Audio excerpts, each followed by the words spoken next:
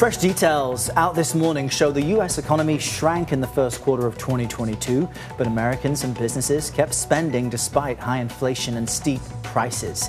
Let's bring in Steve Odland to help us break this all down a bit. He's the president and CEO of the Conference Board, a global and independent organization that analyzes and researches economic data. We appreciate you speaking with us about this and helping to digest the new data. So break it down for us. What is behind this what appears to be a first quarter economic slowdown?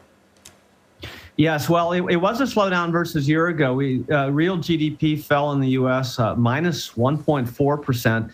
And this is following a large 6.9% increase in the fourth quarter of 2022. So it is a slowdown in that sense, year on year. But the decline really reflects a drag in inventories, net exports, and government. You know, last year we were building inventories at this time following the pandemic. And, you know, now there's a less inventory build. And so even though it's a negative number, it is not quite as worrisome as it would seem. You know, typically a recession is defined as two negative numbers in a row. The difference this time, though, is because of the dynamics behind it, because it went way down in the recession, came way back up, you know, cycling the recession, and now it's trying to normalize. Consumers and businesses continued to spend, and that is the most important thing. Consumers are employed.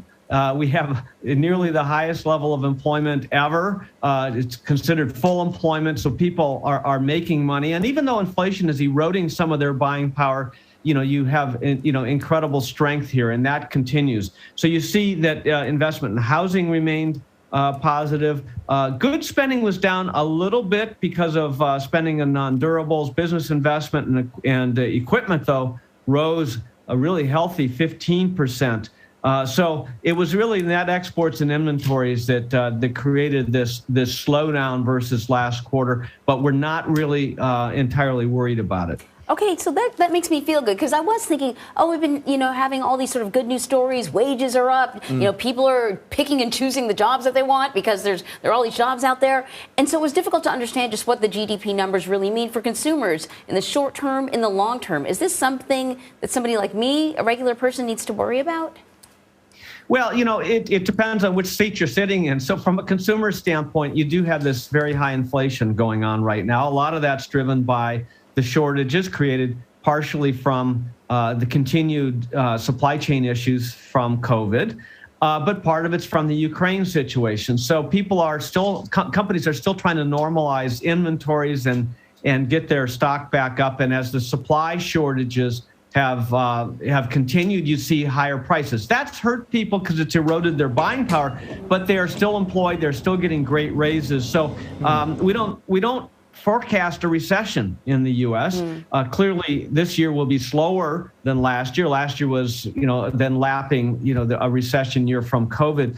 So it should be closer to 3% growth, high 2%, high twos this year. And, you see businesses investing, and that's another good thing going on. And consumer confidence remains high. So all of these things say that the economy is healthy. And consumers are really participating in that. That's encouraging. And Anne-Marie, I love to hear that you think of yourself as a regular schmegular person. I am, She's remarkable, ladies and gentlemen. Regular Philly girl. But Steve, based on what you're telling us then, it seems as though you're not forecasting a recession. This is generally positive news, but how does the unemployment picture fit in? We know that claims dropped to 180,000 this week, 5,000 fewer than the previous week. What does that tell us about the outlook for the future?